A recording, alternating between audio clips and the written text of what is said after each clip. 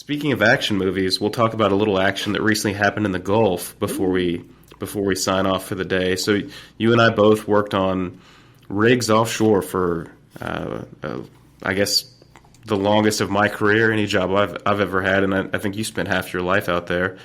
There was a hurricane that recently passed through. Was it Ida? Or yes. what? Oh, shoot. Ida. I should have looked this up. Was it Ida? Yes, it was Ida, yes. Okay, good. Okay. And a drilling contractor, Noble Drilling, had a rig that was, basically floating out there during the hurricane, which rigs do. This is a drill ship. And it started getting some publicity because I guess some people on board were taking pictures and posting them on social media and so on. And it became quite a story. Did you see that? I did see that. And do you want me to go right off the bat right now, or do you just want to get a little more backstory to that? Because this story makes I'll me let laugh you do both and kind of if you'd infuriates like. me. What's that? I'm sorry? I said I'd let you do both if you'd like. Well, okay. The story is that this ship, first of all, a drill ship is about 700, 800, 900 feet long. It's a big vessel, probably with a beam of about 140 or 150 feet at its widest point. It probably displaces 100,000 tons, and it's probably capable of going 10 or 12 knots. It's a big floating, it's got a high VCG, that's the vertical center of gravity, because it's got a big derrick in the center of it, okay? And there's a full Marine crew on this thing, right? They're mariners. They're merchant mariners that have been licensed by the U.S. Coast Guard, probably farmed out to a flag of convenience like Liberia or Marshall Islands because it's cheaper, but ostensibly they were U.S. Coast Guard officers first. And they are highly competent mariners, for the most part. Now, when you're drilling a well in the Gulf of Mexico, people want to make money and everything's a day rate. So that vessel's probably costing them about $1 million a day if you factored in all of the cost. And it probably goes up and down a little bit of that, but it's about $1 million a day. So they're trying to drill a well, and this hurricane is bearing down on them. And I can speak to this because I've been in this very situation many times. The hurricane's bearing down, and they're trying to get the hole drilled, and they're trying to get some casing down there, probably trying to hang off a storm packer, whatever they're trying to do at that particular moment. But they probably waited too long, and they couldn't get out of the way. And then they got hit. And I don't know. I haven't looked it up and see if they were actually still connected. Probably not. They probably disconnected because you can't stay connected. You can't stay on location via dynamic positioning because your thrusters would have to fight a gigantic hurricane. So they had to have been disconnected in some way. Now, whether they had riser hanging down, now riser's a big pipe that's hanging down to the bottom of the ocean, or whether they had completely disconnected and pulled up all the riser and tried to get out of the way and just couldn't make it. Either way, they were being buffeted by storms. Now, bear in mind, this is a big vessel, and also bear in mind, they're professional mariners. Now, the people who are not professional mariners on the drilling vessel are the actual drill crew. They drill holes in the ground. So they're they are part of the rig.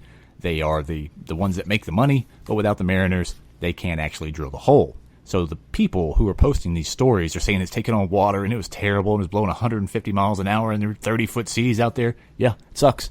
Been there. And they said that Noble Drilling, and then I believe it was Shell or whatever other company was actually operating the vessel, paying for the services of Noble, didn't get them out of there, didn't get them off there. You know why they didn't get you off there? Because it's a fucking ship, and you can't abandon a ship just to float on its merry way, even though that's happened one time before. Anyway, you're not supposed to do that, because that vessel is capable of handling all kinds of things that are going on as long as you maintain watertight integrity. And even if you don't maintain watertight integrity, it is actually designed to take on lots of water, because that's how you ballast a ship anyway. And it's designed to be compartmentalized and take on that water, which I'm sure it did take on a lot of water. But they were fine. Apparently nobody died. But the part that got me about this story is this, I would assume a lower level guy offshore had access to social media. So he took some pictures, he wrote some lines probably on Facebook or Instagram or one of the other social media sites and said grown men were standing in the hallway with their life jackets on, crying, just sobbing and weeping. And I said to myself that perhaps you missed something there, because grown men, real grown men, don't stand in the hallway and cry and weep, because I've been in that very situation. And yes, some people do cry and weep because they're frightened and they're scared. But when you say that I signed up for this job, it's my job to keep myself alive, and no one else is going to do that for me, that's the thing about social media right now. That guy who didn't really know what was going on, he didn't really understand the process, because I worked with hundreds of guys like that over the years who didn't really understand what they were standing on, sent out all that information out there, and then the CNNs and the MSNBCs put it out there that they were going down to the bottom and no one would help them. First of all, no one could get to them during a hurricane, for sure. There are limits to what we can do as human beings. So at some point, you do have to have a little self-reliance. You do have to take care of things yourself. And more than likely, those people, unless, they're at the bottom right now, are perfectly fine. And they could have been perfectly fine without all the crying and the whining and the bitching that is the modern human male. Does a story like this kind of shine any light on other stories that we read where, so this one, you worked offshore a million years, I worked offshore forever as well. So when we see stuff like that, it kind of stands out because we know how these situations go. So, but when somebody who doesn't work offshore or who hasn't spent that much time out there, when they see this, they just think, oh my gosh, they start, it's just this huge thing. But maybe for you or for me, we look at it and we're a little confused because something's just not right. And it maybe, I'm not going to say it makes you question everything you see, but, it kind of does because you're right. Maybe some uninformed, lower level guy was putting this out on social media. Somehow it went viral.